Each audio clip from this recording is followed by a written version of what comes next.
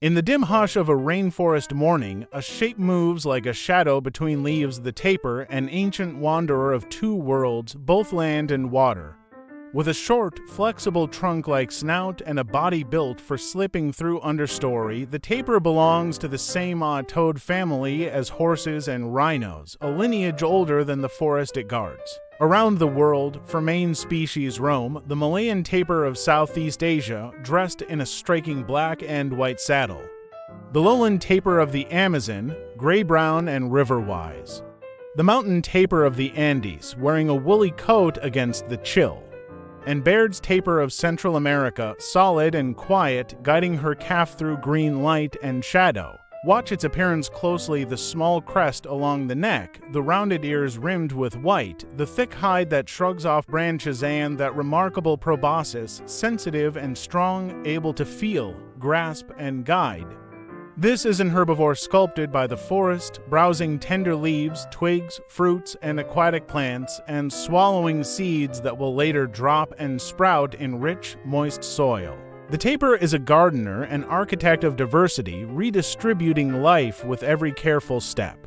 Tapirs are largely solitary, preferring twilight hours, their hoofed feet placing quiet signatures in mud and sand. They map their home with scent marks, travel familiar paths, and speak in soft chirps and whistles that drift like mist. When danger draws near, a ripple from the riverbank, a rustle that grows to focus, the tapir's survival instincts awaken. It freezes, listening, muscles coiled. Then a burst, a sprint through vines, a plunge into water. In rivers and forest pools, tapirs are agile and calm, swimming with ease, using submerged trails others don't know. Predators respect this mastery. Jaguars and caimans test the limits, but a tapir's power lies in anticipation, root memory, and refuge in the water's embrace. Family life begins with a small miracle, a calf patterned in white stripes and spots, a living echo of dappled sunlight. Camouflaged, curious, and alert, it follows its mother through the understory, learning which leaves to taste, which currents to trust, and which shadows to avoid. The bond is quiet and enduring, less spectacle, more continuity as generations inherit paths and pools like unwritten maps. In the ecosystem, tapirs are keystones. They open corridors through dense plants, disperse seeds across distances, and keep the forest stitched together. When tapirs vanish, fewer trees are born, and the forest's future grows narrower. That is why threats matter. Habitat loss, fragmentation, roads that slice through old roots, and hunting that silences ancient voices. Yet resilience is part of the tapir's story. In protected reserves, along riverbanks reclaimed by patience, tapirs return, and seedlings follow them like stars. The tapir's presence reaches beyond science into culture. In Japanese folklore, the Bakupar tapir feeds on nightmares, a guardian of sleep and imagination.